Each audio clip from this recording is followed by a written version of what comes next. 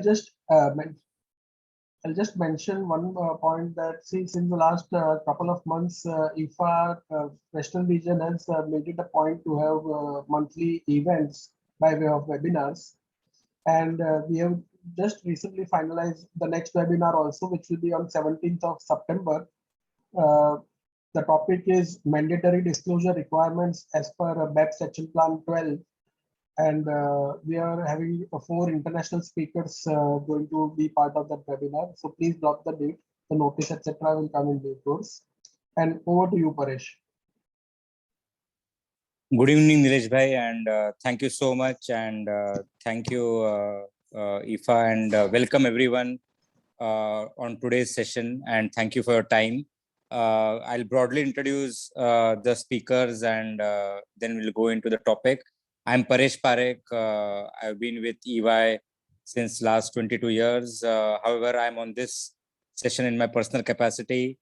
Similarly, we have Harshvardhan, who's a director, and Tarjini, who's a manager, both having over 14 years and 8 years of experience with EY, assisted by Abhishek. So this is the team today. Today's topic, as Nilesh bhai shared, and as per the email which was shared with everyone, is to discuss key global updates and some case studies on global operating model effectiveness. Essentially, we are going to cover in brief BEPS 2.0, the 2-pillar approach. We will also cover US tax reforms, key international corporate tax proposals. We will also talk about some of the countries where the scope of PE or permanent establishment has been amended, and there have been some developments in recent years.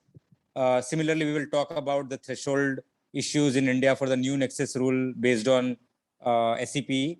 And we will touch upon the operating model, how there can be effectiveness brought from a tax and regulatory perspective.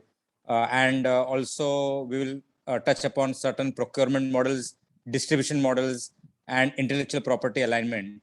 And I would request if there are any questions or any comments, or if there are any thoughts, please feel free to drop in the chat session or the Q&A session. And we can take it up all together as we after we complete the presentation at the end. So I would request everyone to actively participate and keep sharing your thoughts. May I request Harsh to start with the presentation on the first topic, BEPS 2.0. Sure. Thank you so much, Paresh, and thanks IFA and Nilesh bhai for this webinar and the opportunity. Giving a brief background as to what are we facing globally, are 4 key, so to say, disruptions or changes since last couple of years or a little more than that. One is on the digitalization, where we are seeing these companies, startups, etc., coming very rapidly, challenging the old tax rules, which was mainly based on physical presence. And even today, if we see our domestic tax laws or domestic tax laws of various countries, as well as treaties, most of them till today envisage only situations where there are physical presence for activity. But today, in this age, we are seeing many companies, whether it's e-commerce or whether it's online platforms, whether it is sales, etc., all of them happening without having any physical presence in jurisdictions, which is then challenging whether there is any base erosion happening in those market jurisdictions. COVID has also played a role in this, in faster adoption by many companies which were more traditional earlier. And we have also seen how people have been able to function without actually being physically present in office by way of these technologies. By one of the reports recently by a leading business consulting group, it says that overall COVID has advanced the technological adaptation by most of the companies by approx 3 to 4 years, and which is a great feat. Also, COVID posed challenges on regard of physical presence, where people were stuck in a specific jurisdiction while they were traveling for certain shorter durations, and they were stuck for longer durations because of COVID. Many countries have been proactive, including the OECD guidelines on this, which have given some relief measures for not forming a PE on this account. Then there are certain macroeconomic global factors or structural factors which are challenging the supply chain because of COVID and even pre-COVID. For example, the China-US trade war, the Brexit, which happened just before COVID, the Asian trade deal, which was signed by China, which was withdrawn by India at the last moment. Then COVID also posed a lot of supply chain challenges, which actually brought out certain shortcomings in the current supply chain of being reliant only at one source for manufacturing or raw materials, etc., which has highlighted or brought to notice to the to many companies that it is important to diversify the risk, which has also led to China plus one manufacturing strategy in various companies which they are adopting, and India is one of the beneficiaries of that strategy globally, including some other Southeast Asian countries like Vietnam, Thailand, Malaysia, etc. And all of these countries, including India, have tried to capture or cash on this opportunity by bringing various incentives, like the PLI incentives being brought in by India or to incentivize manufacturing, and before that the lower corporate tax rates for new manufacturing, which was introduced by India, being one of the lowest now in as far as the OECD countries are concerned, at about 17% with cess surcharge, etc. Also, what is important is the reliance on IP has grown beyond very specific IPs which were there earlier, like having technology or know-how. One of the biggest intellectual property now has become data, customer data, preferences, etc., which is used to customize, which is used as market intelligence to create products, to enhance products, to write, to target the marketing strategies appropriately with less cost, with very, very targeted marketing. Like we see, for example, when we talk about something, talk about a product, and we start seeing the advertisements of that on Facebook and other social media apps. So data is a very important intellectual property which is now emerging, and we can see many companies deriving huge multi-billion-dollar valuations based on such models.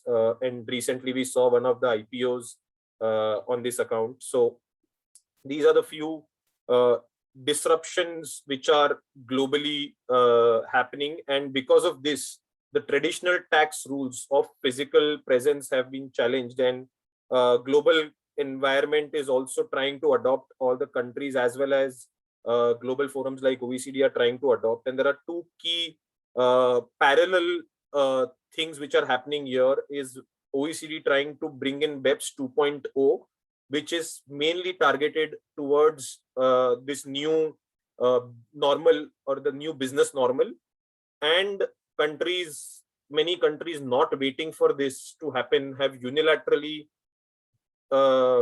taken measures to try and tax these kind of businesses which erode the base because they are not physically present and do not fit in the traditional rules. India being one of them, and many other countries, and we'll come to that in detail. The BEPS 2.0 project, so the entire OECD program on BEPS, where the first BEPS 1.0 came in 2015, which had 15 action plans targeting to for tax avoidance and making sure that the taxes are paid in alignment with economic activities or value creation in those jurisdictions. One of the action point was action plan 1, which targeted digital economy, which also evaluated 3 options, although there was no conclusive framework there, but which evaluated 3 options of taxing these digital economy, including the nexus rules, the withholding rules, or digital levy, which is similar to equalization levy. Many countries unilaterally, which we just I just mentioned about, have tried and bring this into their domestic laws. However, in March 2018, OECD came with a report or a comment criticizing or not agreeing with unilateral tax measures being taken by various countries as they were working on BEPS 2.0, as they had started working on BEPS 2.0, specifically targeting these digital economies or digital transactions. And thereafter, in October 2020, a detailed blueprint was published on BEPS 2.0, which is essentially a two-pillar strategy. Earlier, this was not getting that much of steam, mainly because US not completely being on board with BEPS 2.0. But because of change in guard in US, it seems like the new administration is somewhere agreeing with this, and this was also taken up recently in the G7 in May, and thereafter in G20 summit in July, which gave a great push to this entire agenda of BEPS 2.0. Essentially, BEPS 2.0 is two pillars, pillar 1, pillar 2. Pillar 1 is mainly talking about providing more profit allocation or taxing rights, so to say, to jurisdictions where actual sales are happening, or market jurisdictions, with or without physical presence, irrespective of that. And pillar 2 is essentially a minimum tax regime, a minimum corporate tax regime, where somewhere there was a need felt to stop the race to the bottom, which countries were doing in because of the competition of reducing the corporate tax rates to incentivize and attract investment. And we'll discuss briefly about these two as we go along. So I'll pick up pillar 1 first.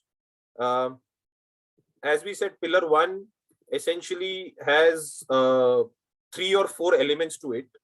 And the key to all of that is to give more taxing rights to the market jurisdictions. So it has 4 key areas. One is amount A, which is non-routine taxing or non-routine allocation of profits and taxing rights to market jurisdictions. Amount B, which is a fixed return for certain baseline marketing and distribution activities in certain jurisdiction. Implementation of pillar 1 in alignment with domestic laws and tax treaties, because those also have an interplay today, and having an appropriate dispute resolution mechanism between the countries so that it does not lead to double taxation for the companies, and also each country gets its fair share based on this. One very key aspect which BEPS 2.0, specifically pillar 1, differs from the entire DEMPE discussion or the DEMPE concept in BEPS 1.0 is, while that was more principle driven with respect to value creation, here they have tried to bring more objectivity by making a more formulary approach to pillar 1. Amount A, which is the most critical aspect of pillar 1, is nothing but identifying what is non-routine profit in the entire supply chain of the company, and allocating that appropriately, a portion of that, actually not the entire amount, a portion of that appropriately between various market jurisdictions, and that is over and above the arm's length profit or the base profit which these jurisdictions maintain, which anyway falls in the routine profit bracket, which is essentially the amount B, and we'll come to that shortly. The genesis of this, as we said, BEPS 2.0 was digital transactions and digital economy. And therefore, when the BEPS 2.0 process started and the Pillar 1 started, it was mainly targeted towards digital companies. However, the scope kept on expanding. After digital companies, there were also large consumer-facing companies which were brought into fray. And thereafter, it was discussed and debated. And now there is more a revenue-based threshold rather than having a activity-based threshold, where any company having more than 20 billion. So they are targeting this Pillar 1 because of the complexity of Pillar 1.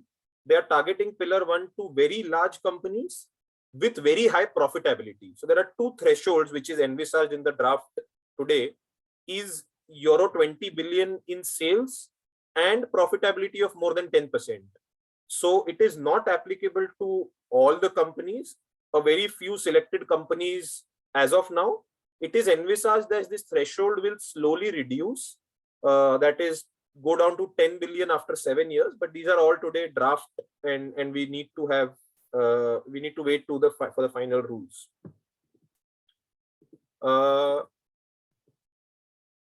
A small case study or an example which we have taken to demonstrate how amount A, which we just discussed, is allocated or is expected to be allocated. In this situation, we have a German headquartered company which has sales in various countries. In India, where it is operating through a limited risk distributor. In France, where it does not have presence, but it is operating through remote sales. And in South Africa, for example, where it is operating through a full risk distributor. And in Germany, where the sales is undertaken by the headquartered company itself. Now, in our example, we have assumed that there is a total of 2,000 million euro of sales, which is divided between the 4 countries as is mentioned on the screen, and assume the group profitability to be at 40%. Now, what the Pillar 1 says is that a base profitability has been defined at 10%, that is towards the routine profits. And these are, again, I would reiterate, based on draft rules, the draft paper which has come out. So assuming that the remaining non-routine profits or the residual profits is 30%, what the draft rule says that 20% of this non-routine profits or residual profits is to be allocated back to the market jurisdictions based on their sales turnover. And they have kept a baseline for any jurisdiction to be considered as a market jurisdiction as well. That is the nexus rule, where today the threshold is 1 million euro. So as you can see in the example, that France, because it has a sales of less than 1 million euro, this allocation of taxing rights of over and above routine profits is not done to that country. So the balance 6%, in our example, approx 120 million euro, is therefore bifurcated between India, South Africa, and Germany in the ratio of their sales. So India, in addition to the arm's length profit which it maintains on the sales in this jurisdiction, the distributor maintains, will have taxing rights on 42 million euros in the country, in India, and that will have to be let go by some other country. And that country, in our example, could be Germany, because that is the entrepreneur entity here. So this is briefly talking about what Pillar 1 envisages to do, and there are various moving pieces here, including a comment by India. While India supports Indian tax authorities, or the Indian government has laid out a press release, and it's a signatory to the G20 conference which supported BEPS 2.0 out of the 139 odd countries. However, it has certain reservations with respect to percentages for allocations and certain nuances, rules especially in pillar 1. So those are some things to be wait and watch. Coming to pillar 2, pillar 2 essentially is a minimum tax regime. So while the name is minimum tax regime, it does not forces any country to have a minimum tax. However, it forces other countries to levy tax on income which is booked or earned by a company or by a multinational in a jurisdiction which does not have minimum tax. So if an income is escaping a minimum tax, the other high tax jurisdictions will have right to tax that. And there are various mechanisms prescribed to do this. Again, this is based on thresholds. The threshold prescribed is aligned with CBCR threshold of euro 750 million. However, similar to master file, it proposes that the countries will have the right to lower the thresholds for MNEs which are headquartered in those countries and not for others. So India can only reduce the thresholds for Indian headquartered companies and not for an MNC. Now, how they propose to tax these various or taxing mechanisms for income escaping minimum tax is essentially 3 rules, which is divided into 2 buckets. One is subject to tax rule, and second is income inclusion rule. Subject to tax rule is more on gross basis, where in case of any payment by a high tax rate jurisdiction to a low tax rate jurisdiction, which is not subject to a minimum tax, and there are 2 different minimum taxes which we're talking here, because STTR is taxation on gross basis. The current prescribed threshold is somewhere about 7.5 to 9% on gross basis. So in case these income is not taxed either by way of treaty withholding or in the country where the recipient is, there may be rights to the payer country to withhold certain taxes, again to the limit of 7.5 to 9%, which is finally agreed, to certain, so that that income has certain minimum taxes which is being paid in some country at least. And the second is the GLOBE rules, which is Global Anti-Base Erosion rules, which has 2 parts to it. One is IIR, Income Inclusion Rule, and second is Undertaxed Payment Rule. Basically, what IIR talks about is that the parent entity or the headquarter entity will have the right to include the income of the subsidiary, which is situated in a low tax country, include that income in its own books for the purposes of taxation up to a minimum tax rate, and that minimum tax rate prescribed on a net basis is 15% of effective tax rate for the company. So, for example, an Indian headquartered company having a subsidiary in some other jurisdiction can take that into their own fold where if it's not being taxed. And we have an example on that where it's an outbound situation where ICO is a headquarter company and it has a subsidiary in UAE as well as UK, and UK is making certain payments to UAE. In our example, say $2,000, and UAE has a 0 taxation. UK as well as ICO, Indian Co, both have tax rates above 15%. In this situation, if India adopts GLOBE rules, including the income inclusion rules, then India will have the right to tax these $2,000 which has escaped tax because UAE does not have tax rate up to 15%. India can tax that in its fray up to the limit of 15%. Or if India does not adopt this income inclusion rule, then we fall to the UTPR rule, that is undertaxed payment rule, where the payer jurisdiction, that is UK, will have the right to tax this as a top-up tax. There are 2 parts to it. Either tax as a top-up tax, that is 15% of these payments because they are not subject to any tax levy in UAE, or effective to that percentage, UK may deny deduction for those payments, essentially leading to the same answer of at least 15% taxes on that $2,000 which has escaped tax. We have another example where we have taken a different situation of an inbound company, where say there is a company in British Virgin Islands, a holding company, which has not adopted Pillar 2 at all, and it has subsidiary in ICO, indirect subsidiary in ICO and UAE. Now BVI and UAE both have not adopted this Pillar 2, for example, and India makes certain payments to UAE, and again UAE does not have taxes, so again that 15% minimum tax threshold is not crossed.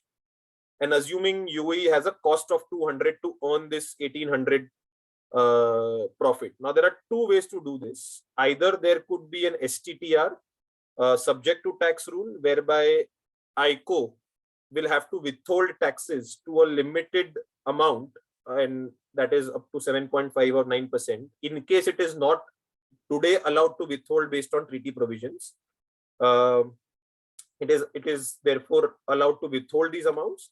And STTR is on very specific payments. The list of, there are specific transactions which allow for STTR applicability, and not all transactions are there in STTR. So you fall again on the UPPR regulations, whereby ICO or Indian company will either have the right to include this 1800 of profit which UAE has earned out of the 2000 payments made by ICO in its fray and tax at 15%, or deny deduction to that extent, to the extent of 1800, effectively paying 15% taxes on that.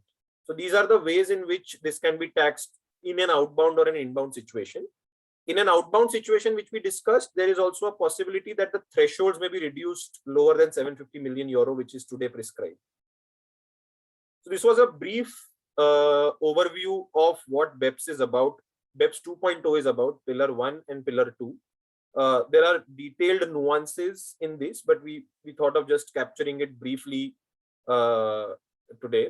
And there is a long road ahead for BEPS 2.0 to finally be implemented after every country's assent, etc. In 2022, it is envisaged that by October there will be a final blueprint on this, and therefore there will be a multilateral instrument signature.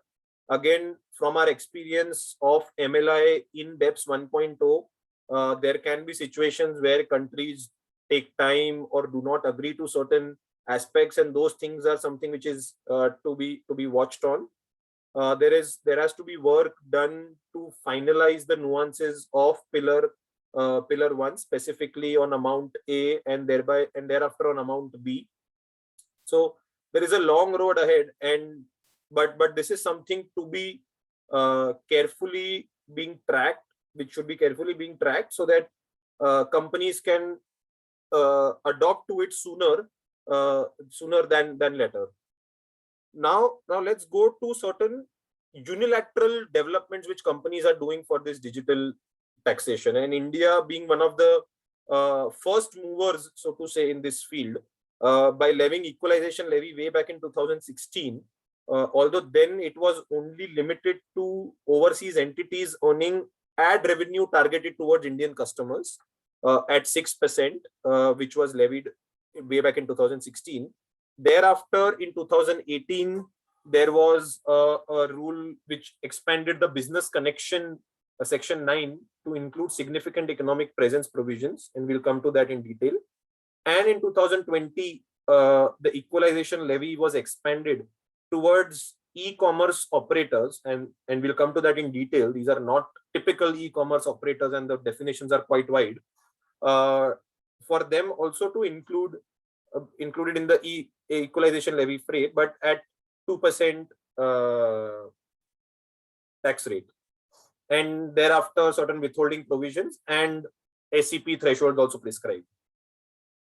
Now, under significant economic presence, although it was targeted against towards digital economy, but it has then moved ahead.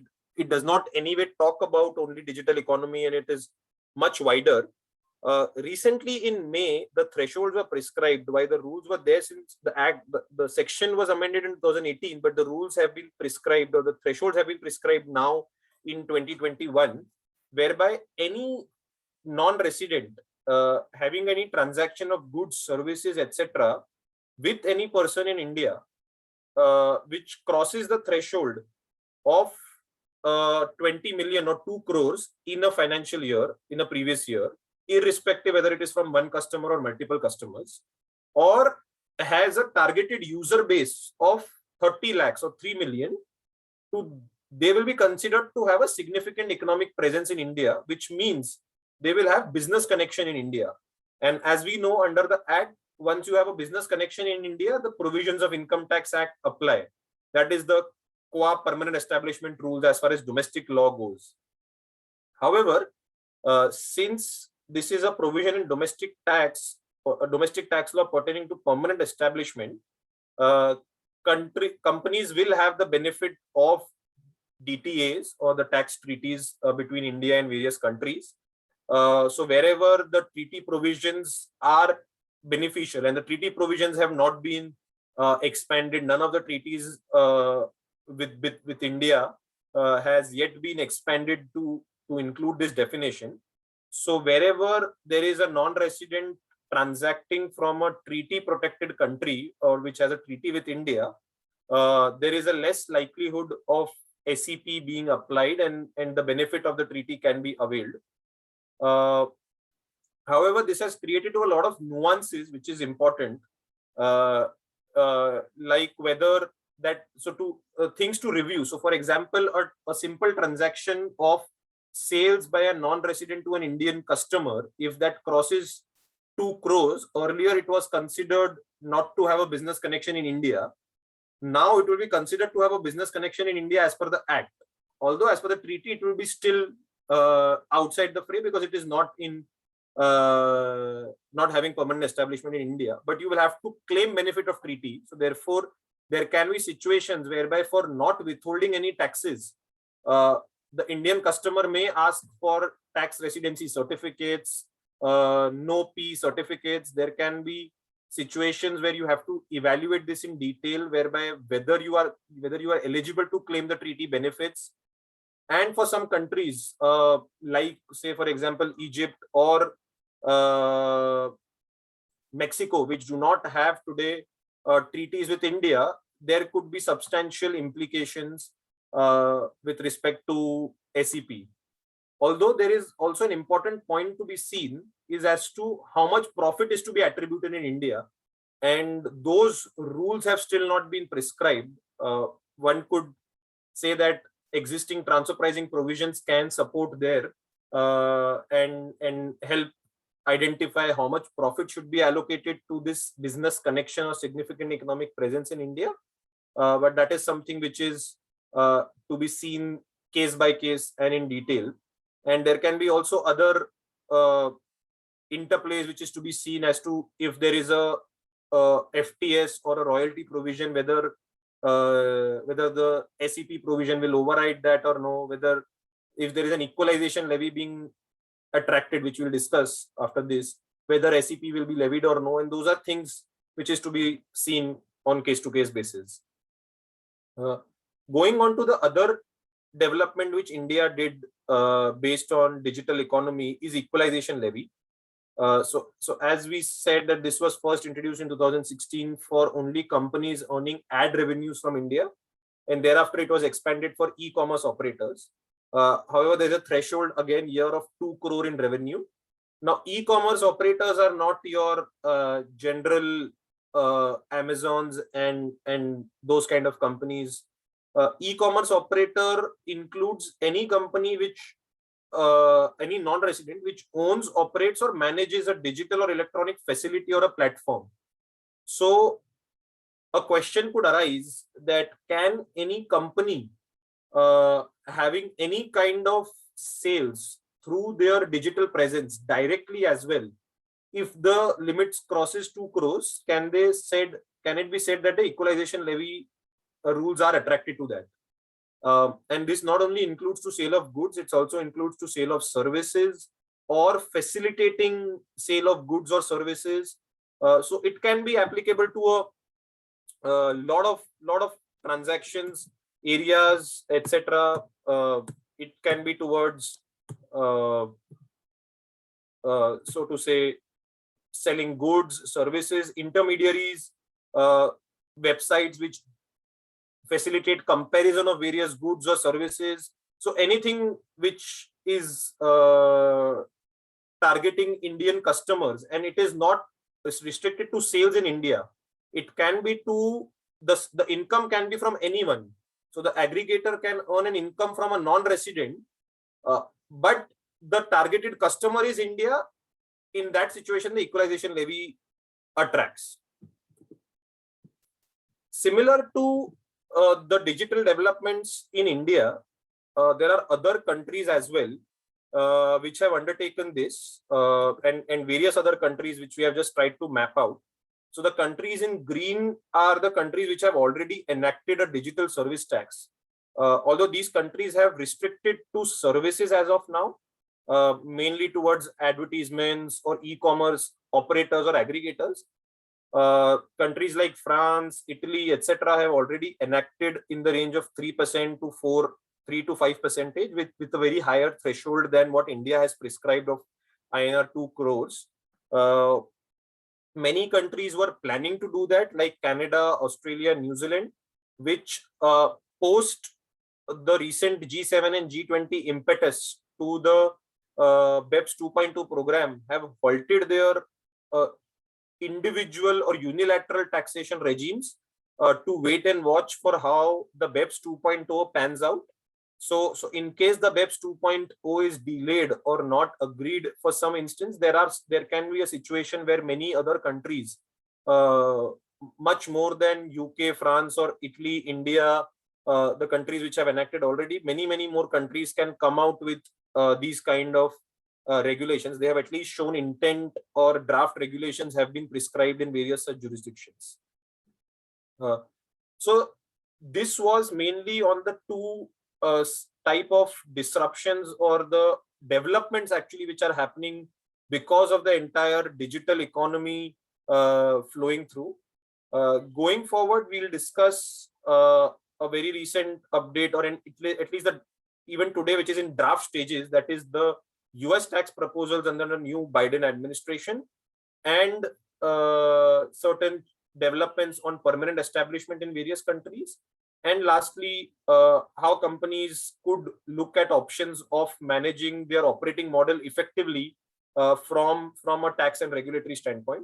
And I hand over to my colleague Tarjini to continue from here.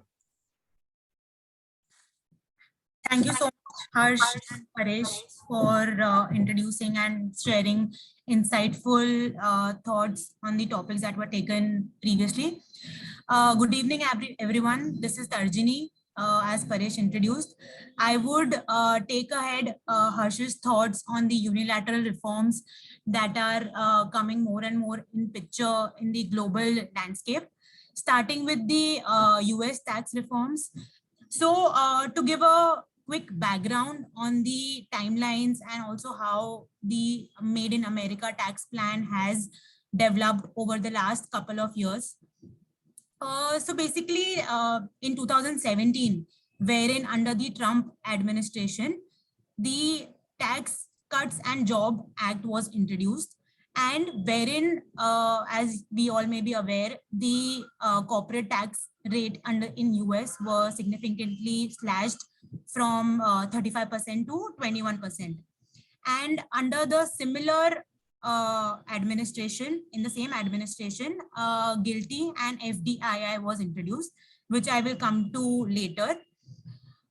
Subsequently, due to this significant reduction in the tax rate, the tax revenues of US significantly dropped, which were previously around 2% of the GDP, which came down to approximately 1% year since this was introduced in 2017. Therefore, the entire 2017 Act failed to live up to the intent and expectations of the administration, which in fact encouraged more and more offshore investing rather than keeping the IP or the tangible assets and even the onshore operations in US based. Therefore, in 2021, once President Biden came into picture, his focus was more on developing American job plans and increased efforts and priorities towards infrastructure, clean energy, etc. So in April 2021, Made in America tax plan was introduced, and its intention was to eliminate incentives on offshore investments and reduction of profit shifting outside of US, and therefore to collect sufficient revenues to fund their critical investments within US. One point I would like to just highlight over here, I will take ahead all the key proposals right now, but all these proposals right now are just in draft stage, and they may undergo significant changes subsequently because of, like Harsh mentioned, about the whole BEPS 2.0 development, since US will also try to keep in line with the developments that are happening globally. And currently there is no broad or a detailed guidelines or plans or legislation available. So whatever we have currently, which US, is all in draft proposal stage. Yeah. So as a part of the US tax reforms, the first key changes that they do propose is to again increase the tax rate, which were previously 21% to now 28%. However, based on certain discussions and announcements, we do understand that there are certain indications that they may be able to, the Biden administration is still showing willingness to negotiate a tax rate of around maybe between 25 to 28%. So it is still not confirmed that 28% is going to be the future corporate tax rate of the US. So there are still certain open-ended points over here, wherein it could be, let's say, somewhere around 25% based on current understanding. That was the first one. Secondly, if I come to BEAT. So BEAT basically, just to give a quick background on what the concept of BEAT was. BEAT is basically base erosion and anti-abuse tax, which in principle is an alternate minimum tax of 10%, which is levied or not levied. It prevents deduction of expenses, which is paid by a US entity to its affiliates in low tax jurisdictions. So in case an entity in US makes, let's say, a payment of interest, royalty, or service payments to its foreign related parties, then it will ultimately get the deduction which can be claimed in US will be denied. However, the mechanism of computing the BEAT previously is not as simple. So what they actually do is they impose a minimum tax wherein the US taxpayer has to first reduce its expenses, which it's paying to the foreign related party, and then calculate its regular tax at currently 21%. Once the regular tax at 21% is calculated, then the corporation has to again recalculate its taxable base after adding back the deductible payments under BEAT. So once the payments are again added back, then again a tax rate or a taxability has to be determined, and the difference between the two needs to be paid by the US corporation to the revenue authorities.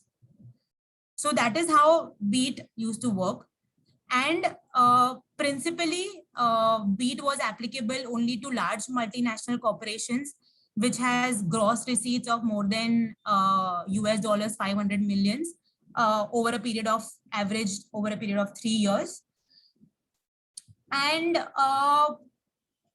Why it is being replaced by Shield? I'll come to that now. So Shield is principally, I'll just lay down the full form. It is stopping harmful inversions and low tax developments. So under the BEAT regime, the BEAT, which is the denials of deductions, was not applicable to cost of goods sold. So in case a payment was made by US corporation to its foreign related party on account of cost of goods sold, BEAT was not applicable to that. And second, BEAT was only going to be triggered when your related party payments exceed 3% of the overall deductions. So if it is less than 3%, then again, BEAT was not going to be applicable to US corporations. So to take away this benefit which was given to US corporations, Shield is being introduced under the proposals, wherein it will disallow domestic corporations or even branch deductions, whether it is made to a rated party or made to an unrated party, that may be paid to a low tax members, including payments to COGS. So unlike BEAT, even if a payment is made to a rated party or non-rated party, it will be applicable, and also to cost of goods sold. Under BEAT, under Shield, one thing is to be noted is that it will be proposed, it will be applicable only for low tax jurisdictions. So unlike BEAT, which was applicable irrespective of the ETR of relevant jurisdictions, Shield is going to be applicable for wherein there is a minimum, there is a low tax members of particular countries. Now moving on to the third reform or proposal is under GILTI. So as the name suggests, GILTI is a global intangible low taxed income, which basically means that income earned abroad by controlled CFC of a US corporation, basically controlled subsidiaries of US corporation. Income earned is in the nature of IP licenses from intangible assets. So that will be taxed ultimately in US. Previously, foreign subsidiaries were subject to tax in US only if the income was repatriated back to US as dividend or something in any other form. But later, this measure as GILTI was introduced, and under GILTI, there is an exemption wherein if 10% GILTI is applicable only over and above 10% return on tangible investments of CFCs. So, which was ultimately encouraging offshoring of more and more tangible assets outside of US. And ultimately, it was leading to income escaping jurisdiction in US. Hence, now under GILTI, the previous tax rate of 10.5 is being proposed to be increased to 21. And the exemption, which I just mentioned, of 10% return on foreign assets is going to be taken away. So the exemption which was there previously won't be applicable to foreign, to jurisdictions to entities in US. And hence, the taxable base in US will increase significantly on account of income from intangible properties. Now coming to, I'll quickly cover this foreign derived intangible income. So basically this was an incentive scheme offered by US revenue authorities, which was encouraging exports of more goods and services to foreign jurisdiction and to keep IP within US. So in such a situation, the US entities were getting a beneficial tax rate of 13.125 on their export income, which could be categorized as foreign derived intangible income. Again, this benefit of beneficial tax rate of 13.125 was only available over and above 10% of domestic tangible assets. So in order to gain more and more benefit of this 13.125%, again, US entities were shifting their tangible assets or leading to offshoring of assets outside of US.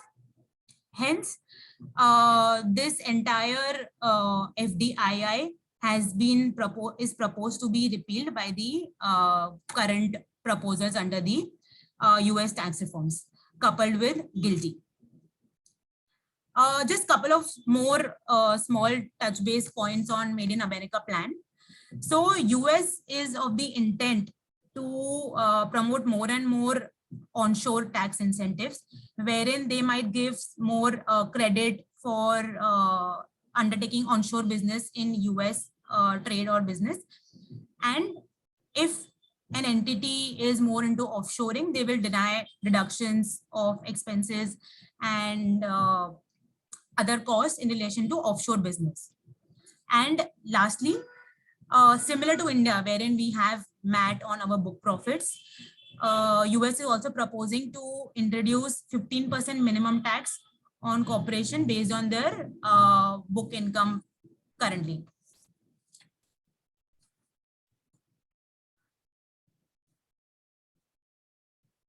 So that was about the US tax reforms. Now coming on to permanent establishments, which again is more of, let's say, unilateral measures which are being taken by respective countries.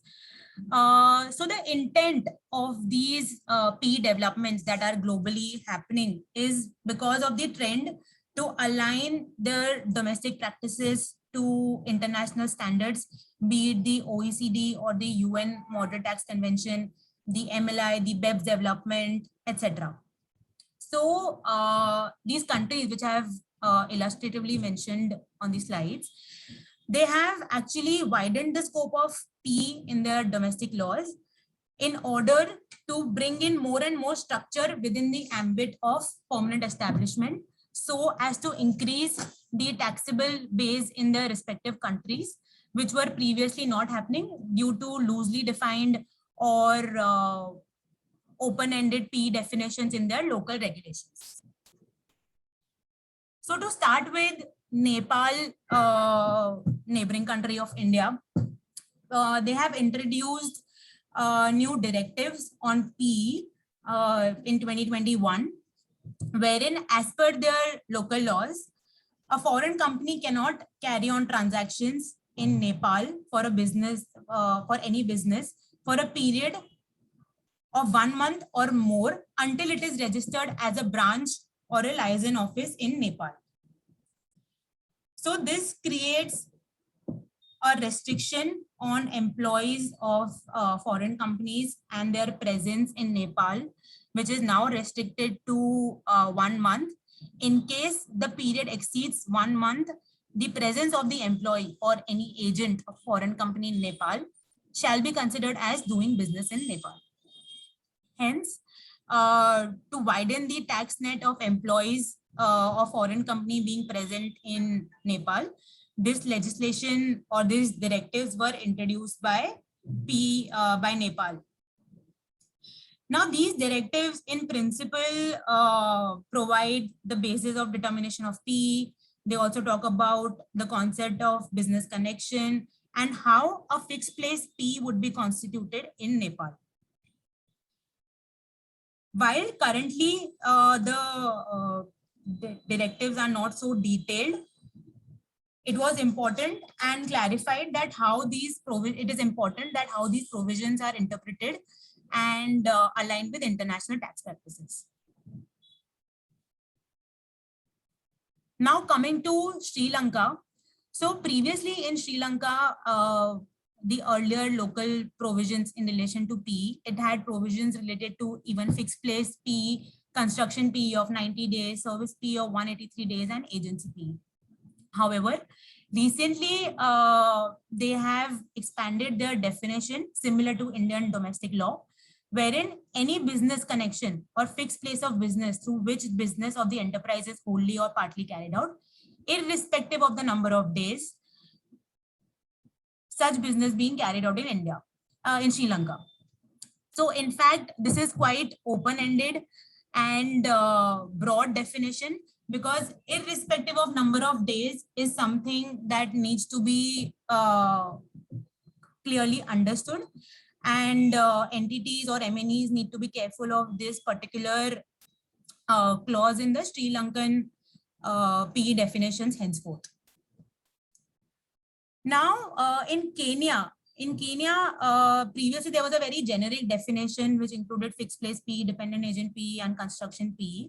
However, recently they have introduced provisions in line with international standards, be it OECD or UN, wherein they have expanded their scope of PE and have now specifically mentioned mostly all the PEs, including providing list of activities which are excluded from being preparatory or auxiliary in nature.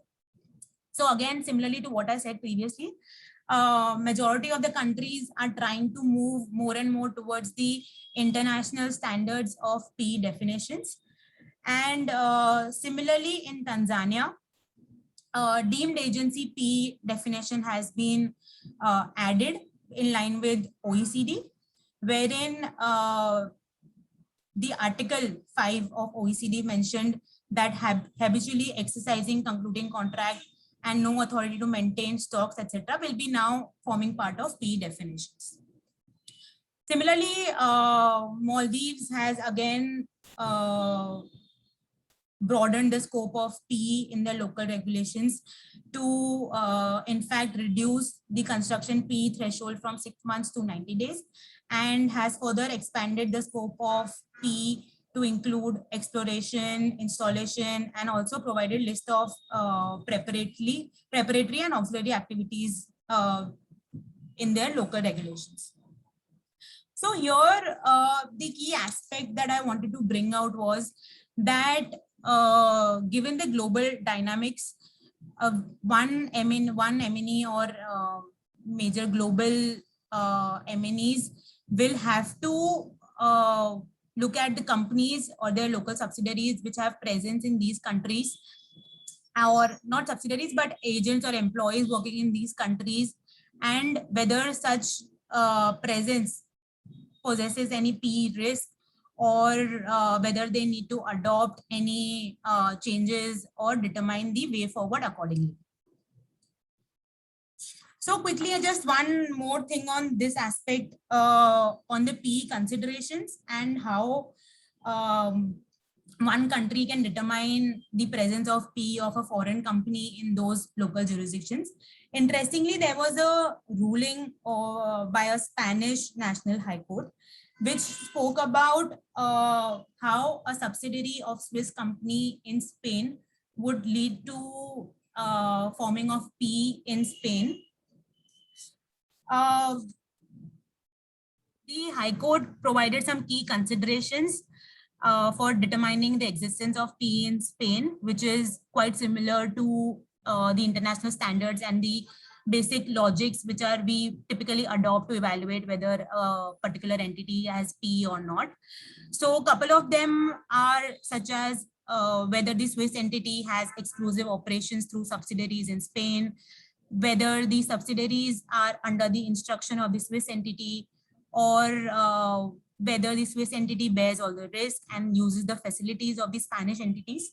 So these are some aspects which have been quite logically covered by the High Court to determine whether the Swiss entity has a PE in Spain or not.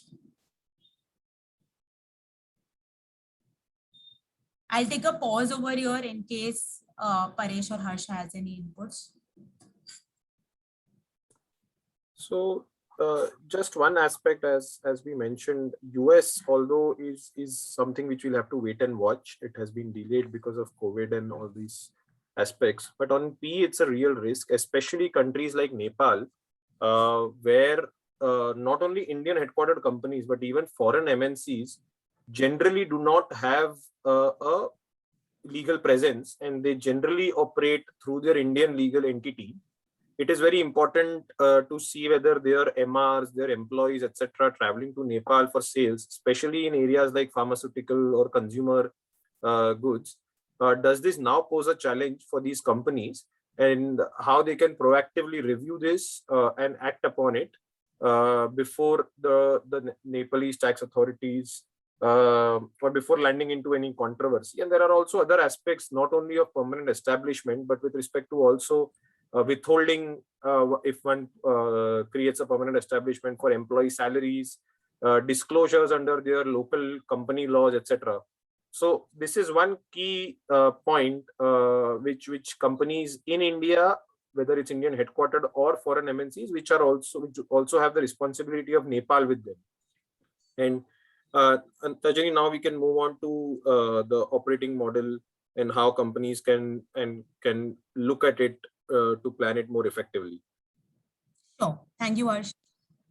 So OME, as the name suggests, is operating model effectiveness, which in concept is basically aligning an enterprise or an MNE's tax and business profile in order to effectively optimize their tax structure, which goes in line with their business objectives and aspirations and vision, so that it also improves your operational mechanism along with your after-tax returns on your business transformations and alignment with global tax practices.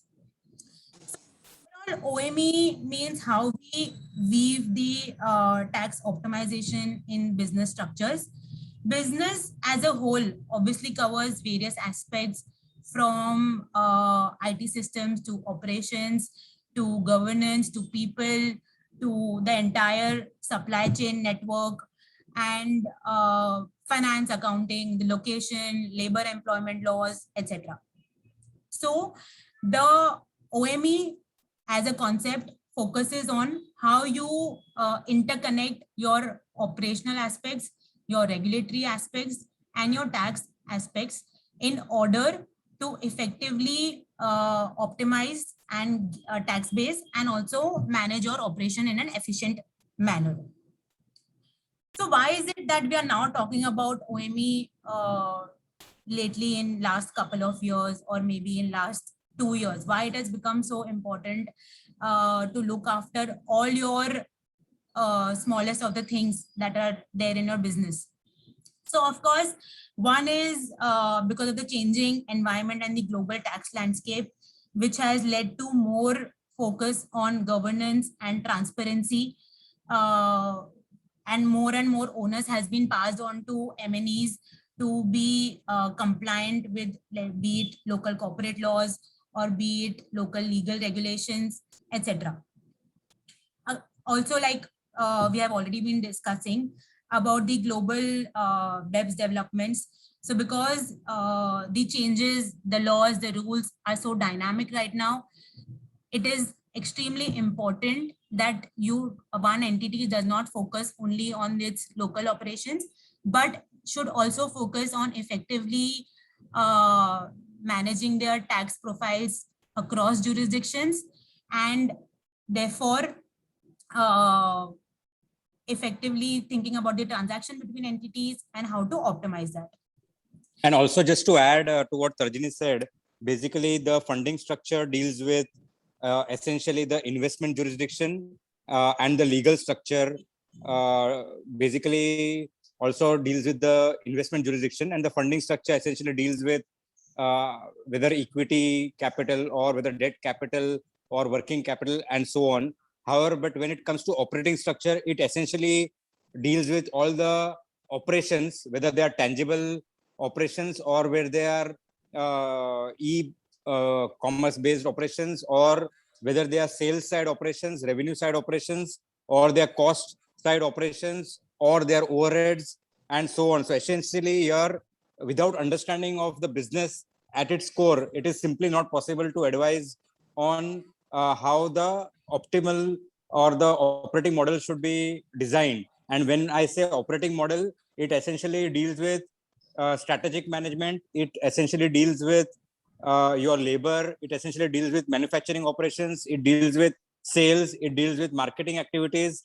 It deals with where the intellectual property is based or held legally, where it is exploited, It also deals with where research and development activity takes place. It also essentially deals with where the guarantee or warranty services are provided, where the billing happens, where the back office services are provided. So essentially, the entire spectrum of business has to be understood. And as all of you know, each business is different. A media business will be completely different than how telecom business is done, and it will be completely different compared to how an infrastructure or an EPC business would be done. So unless one understands business as at its core, one will not be able to advise. Similarly, it is not only income tax, it is essentially custom duties, it is also essentially personal tax related matters, it is also essentially dealing with softer HR aspects where people should be based because as per the new rules, the activity will deserve a profit based on substance and not based on mere legal or contractual agreements. So therefore, I think there are a lot of HR angles, payroll taxes, lot of indirect tax implications, and a lot of kind of other regulations like social security,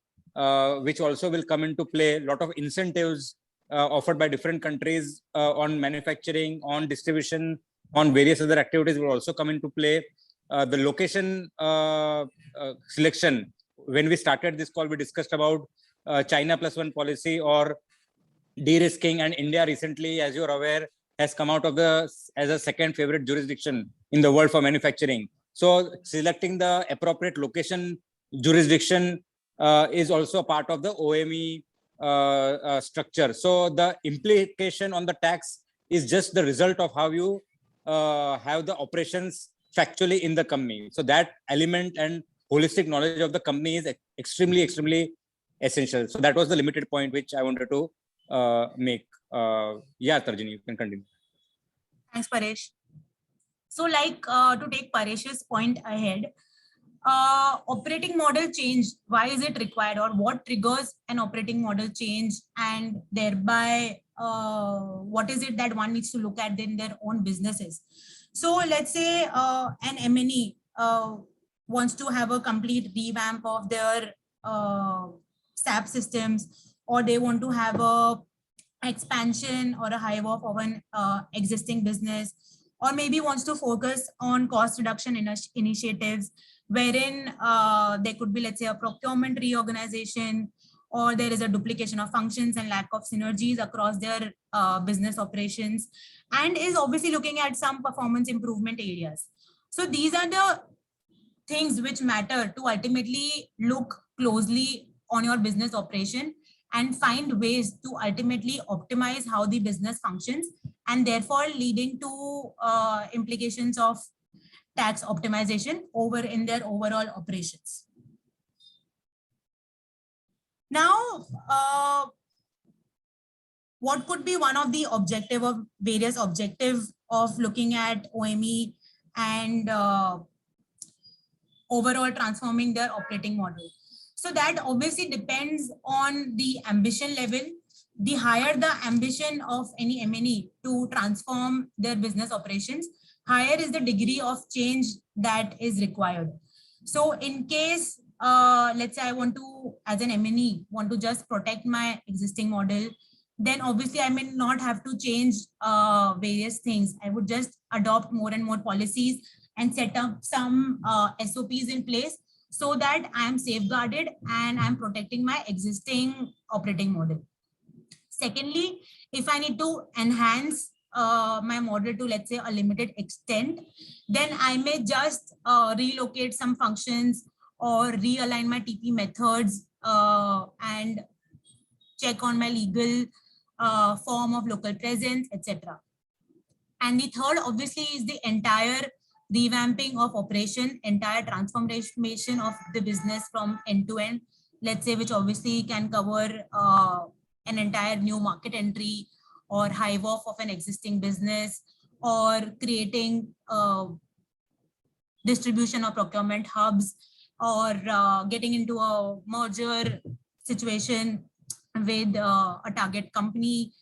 So this entirely depends on a company's ambition level which will fall in place because of the degree of change that is required.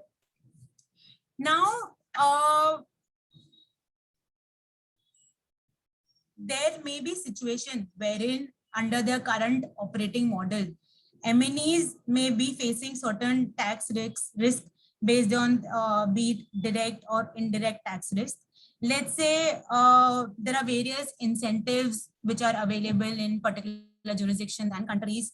So an MNE may be in a situation wherein it is not utilizing its incentives available to the not fully utilizing the incentives available, or it is unintentionally creating a taxable presence in a non-resident enterprises, by becoming a non-resident enterprise, or it is unintentionally creating DEMPI of the intangible assets, or maybe it is lacking withholding taxes which previously would have been anticipated in a different manner, but due to some developments, it has led to increased leakage of those costs. So in order to Just one aspect to be, and sorry, Tarjini, just one aspect here is that, as Paresh mentioned, it is very wide and it's an ongoing process which one has to look at in their business. It can be as simple as maintaining appropriate documentation, which is required to demonstrate your activities, to review of the existing processes to see if it can be improved in some manner, as we were just discussing, for example, in terms of labor or in terms of their indirect taxes, etc. And so it can be, OME can range from a smallest of the pieces to a very large transformation. And one of the examples which we have taken here is on procurement. So as you can see, a company does procurement activities, right? But it can be in various ways where one can organically have their procurement model. So for example, if suppose a company has a model whereby they have a central hub which has a team which is specializing in only procurement for the entire group, and each individual MNE of the group directly purchase from the vendor. However, the coordination activities for that is undertaken by a central procurement hub. And as a service for this, there is a payment made to the central procurement hub on whatever cost they incur. There are certain employees sitting in that, and they are coordinating this procurement activity for the group, and therefore they get this cost plus remuneration or a markup based remuneration for their activities.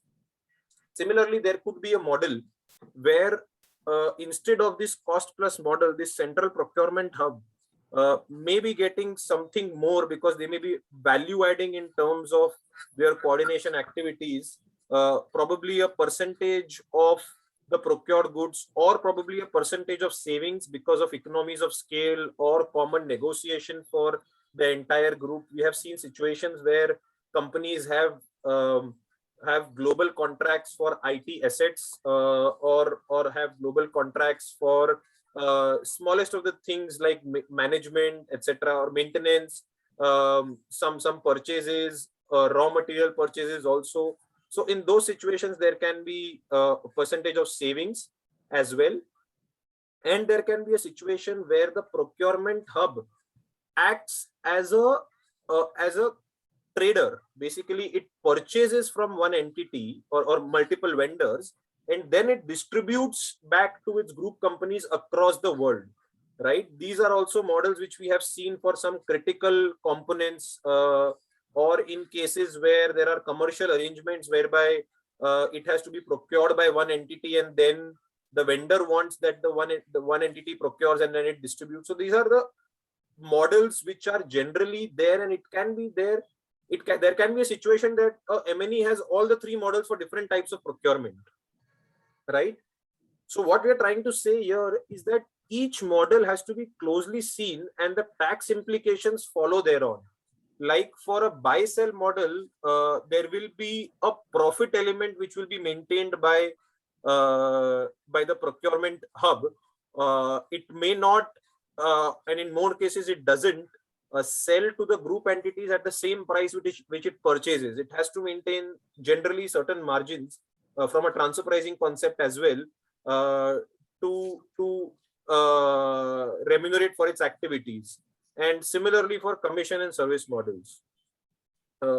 Similar to procurement, there are also models like distribution, right, where there can be a central distribution hub or a distributing entities at various places can act either on commission basis or on service fee basis, or they could act as pure distributors. And in distribution also there could be situations where they are doing low risk distribution, where they are not expending a lot of marketing efforts. There could be situations where the companies or the distributors in those local jurisdictions are taking all the responsibilities of distribution. For example, a company, a subsidiary independently deals with the market in that country, and whatever inventory it purchases from its group companies or say third parties as well, it takes the entire responsibility of that inventory. In all these situations, there are different implications of tax which arises, and therefore it is important to review what kind of business we are in. So for an example, in a situation like a pharma company may have a case where they have identified vendors or identified customers, and therefore they could work with a LRD or a low risk distributor model, or even an agent model, versus a consumer company where they have to create a distribution setup to create that brand value or to create that presence in the country before they could even start the sales. It is also important to see other implications, like we discussed, from BEPS 1.0 leading to MLI and thereafter changes in the double taxation avoidance agreements, the tax treaties, whereby we'll have to closely look at the structures of each company to see whether any of these activities could possibly create any permanent establishment implications, as we just discussed the update on Nepal. So these are some broad points to be seen when we do this entire OME activity. And as we saw, apart from this, there are various other considerations, right? Like movement of people, HR, whether if there is any person traveling or sitting in a separate jurisdiction or having a presence in that jurisdictions, what about their social security benefits? What about their withholding obligations for the company? Also to see areas for any new business or any new type of transaction which is starting, whether it will create a situation of permanent over and above permanent establishment, POEM, which is place of effective management. How do you fund those activities, whether there are any thin capitalization rules in those jurisdictions, whether that financing should be by way of debt or equity. So in the ambit of OME, there are a lot of areas which gets covered, which are very closely linked to the business.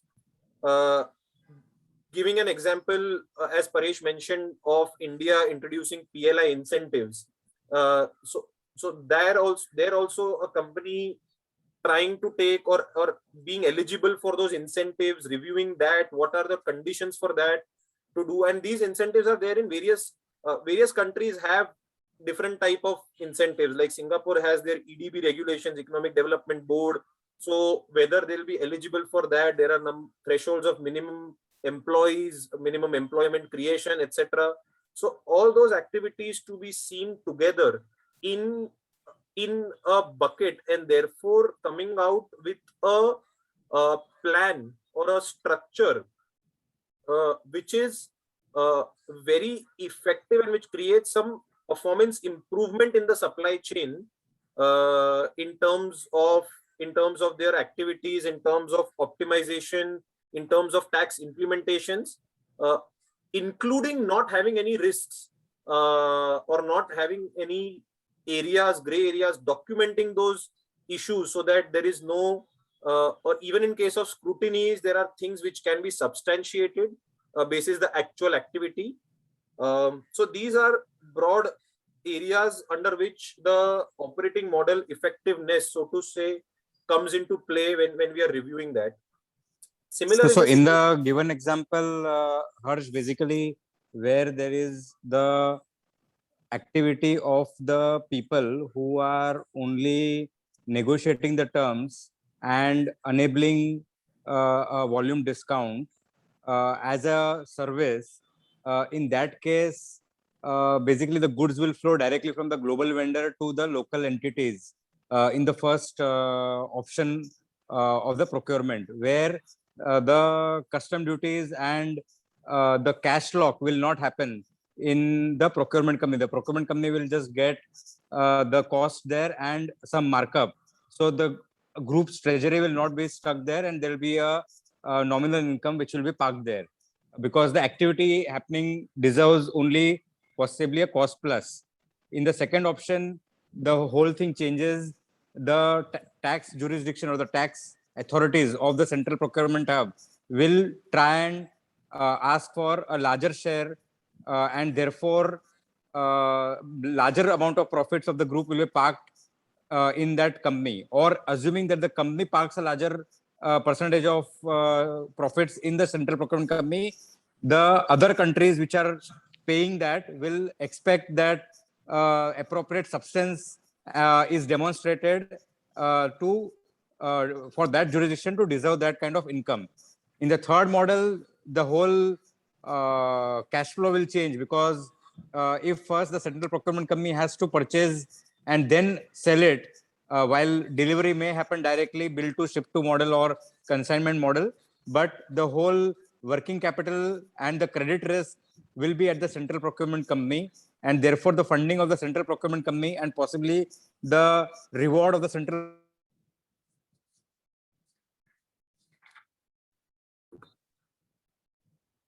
Yeah, I think there is some disturbance in Paresh's line, so I can just expand on this. In the second model which Paresh was explaining, on commission model, because the activities are a bit higher in terms of value creation vis-a-vis the service fee model, there can be expectation from the tax authority in which the procurement hub is situated to have a higher remuneration, or vice versa. The other countries' tax authorities could ask for demonstration of substance as to whether the central procurement hub is appropriately undertaking those activities to have a higher markup, and therefore it is important to substantiate as to what is the role being played by the central procurement hub in the second. Sorry, I got cut off. Yeah, Paresh. Yeah. So if the development activity is done in one jurisdiction, but the entire exploitation and the maintenance and the protection and enhancement is done in another jurisdiction, the remuneration will not be deserved by that jurisdiction. Only a return on the investment will be deserved, and not the full royalty will be deserved. When it similarly comes to distribution activities, again, whether it is a low risk or a high risk activity happening in the market. For example, if there is just a communication of the price happening, then what we saw in the procurement model, a flip side of it. Similarly, on the sale activity also, there will be only a cost plus return given to the marketing company. But if an active marketing is done and a risk is taken, then a proper marketing return or a sales return will be given to that sales company. Now, what is operating model? When all of these individual elements are put together and aligned completely, such that assuming entire group, suppose a group contains of 4 entities, one is the intellectual property, second is the manufacturing, third is the distribution, and fourth is all the back office or the procurement, or rather all the back office. So assuming all these were branches and not one company, how would you really attribute the profit, which is total profit of the group, based on the activities? That is what really operating model is dealing with, and accordingly the implications under customs, labor laws, substance requirements, etc. will come. So that is, and any restructuring suppose you are operating in a certain manner and you later on change that structure because either there is merger or there is cost saving drive or there is shifting of manufacturing happening due to some incentives in other country, or there is some war, or there is some untowardly political event in Hong Kong, as an example, which has happened, and you want to now de-risk from Hong Kong, or you want to de-risk from China and you want to shift your manufacturing to another country. Any of the restructuring which you do, whether an exit tax or a business restructuring compensation is deserved by one country over other country is also a question. Third point is basically if pillar 2 comes in play and everywhere in the world the tax rate is more or less similar hypothetically, even in that situation this topic will remain equally important, because still same countries will try to ask for tax on the same income, and hence the companies will have to document and design their operating model in line with the substance, so that the cross-border debates can be mitigated. And one of the best way of mitigating in a complex operating model is to have an upfront multilateral APA or a bilateral APA, or in case of disputes which has already arisen, MAP resolution through competent authority, because many unilateral solutions will not work, especially the amounts are very high. So I think in the interest of time, I think we'll also like to touch upon some of the questions which have been put up on the chat. Essentially, I think if somebody can read out, it will be good, because I'm not able to see. So if it's possible, Harsh, you can just read out the questions. Sure. Because I'm on my mobile. Yeah. The first question I think pertains to BEPS. It's not clear, but it says, does this also apply to dividend payments from India for which withholding tax is nil under the relevant treaty? I assume that this question is in respect of the proposed OECD changes, especially Pillar 1. So in that case, if dividend payment is also escaping tax-free, essentially it is targeting the passive payments like royalty and interest and base erosion payments, which are called. Dividend essentially is basically a return to the shareholder. So one will have to really, because dividend in that sense is already an economic double taxation if you try to tax dividends, and many European countries have kind of participation exemption and so on. And I just saw a message that it is all in the context of Pillar 2, where minimum global taxation is being discussed. I think it is in that context, right? Somebody has just put on the So I think we can discuss that offline, but I think I don't know, Nilesh bhai, how is the time? How are we doing on time? And we can just accordingly. We can take one or two more questions. Sure. So I think Harsh, you can just read out all the questions, because then we can just. Second is, while referring to P, the word enterprise has been used. Since enterprise would not cover an individual, does that mean that an individual, say a sole proprietor, won't constitute a PE? If so, under what head would such income be taxed? So even on this point, even Nilesh bhai can guide, but generally I think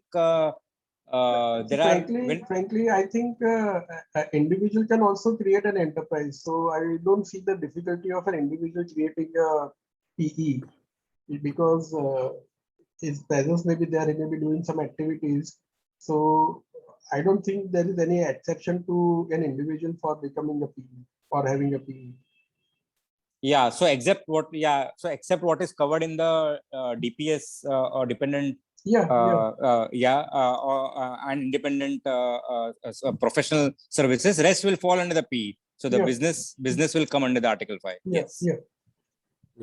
What is the other question? One of the questions is, in an example where there was 30% residual profit, only 6% goes to market jurisdiction, that is 20% of 30%. balance 20% is remaining with headquarters. Why should market jurisdictions agree to this petty share? Also related is allocation details will be available with headquarters. So will the country collect full tax and pay proportionate amount to markets, or the markets will directly collect the tax? I think in terms of philosophy, maybe it looks like this is at least the first step. I think even reaching here without kind of technical basis. Suppose there is a domestic law supporting higher allocation, I think that will anyway happen, or higher taxability. But assuming that has not happened and this rule is applied, I think this is just the first step. But in terms of the percentage of so-called excess profit which should be distributed amongst the markets, clearly it looks to be on the lower side, which is a fair observation.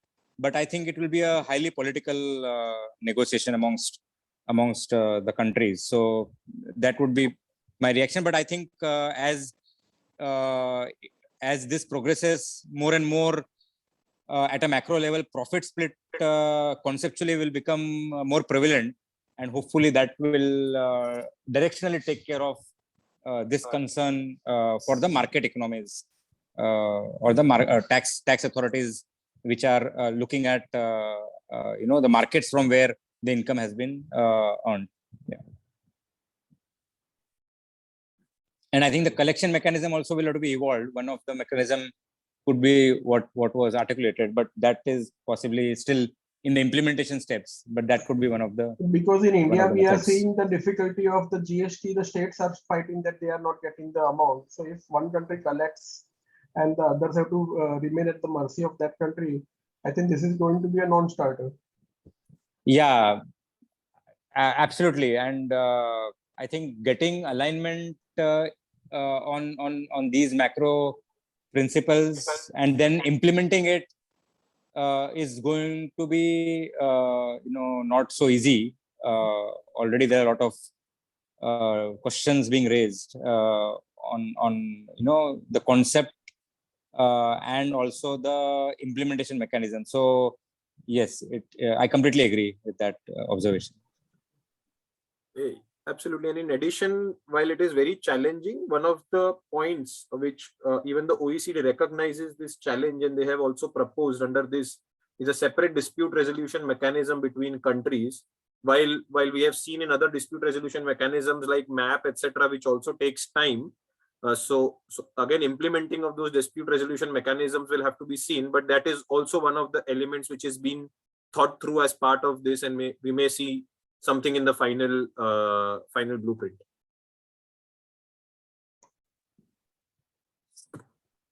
I think these are the questions that we have. Nilesh bhai, have I missed any of them? No, I think you have covered everything, and I will thank you all for a very excellent presentation coverage. It was at a very macro level, giving an overall bird's eye view of the recent developments and the practical alternatives between the options of this operating models. And the way you have covered it is excellent. Means it has been a learning experience, because normally one goes into the nuts and bolts, but such a macro view is normally taken for granted, but that is very important. With this, can I request Kush to propose a well-deserved vote of thanks? Thank you, Nilesh sir. As you said, the macro view which we got is generally, we focus on the specifics and leave the macro view, and we look at tax structuring in a very isolated manner. But we were reminded today that there are many other factors which have to be considered while looking at operating models, not just from a tax perspective. So even though the speakers gave a great overview of the very pertinent and relevant developments which have taken place, in international taxation, especially in the US and with OECD. So I would like to extend a vote of thanks to all the speakers and their team for taking the time and efforts to share with us today. I think it was a great way of ending the work week. Thank you for that.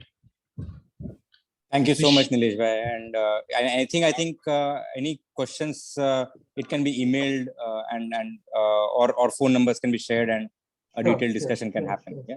Thank you so much. Slides can be shared so that we can circulate to the delegates. Yes, sure. Thank Yeah, you. because many Yeah. people have asked for it.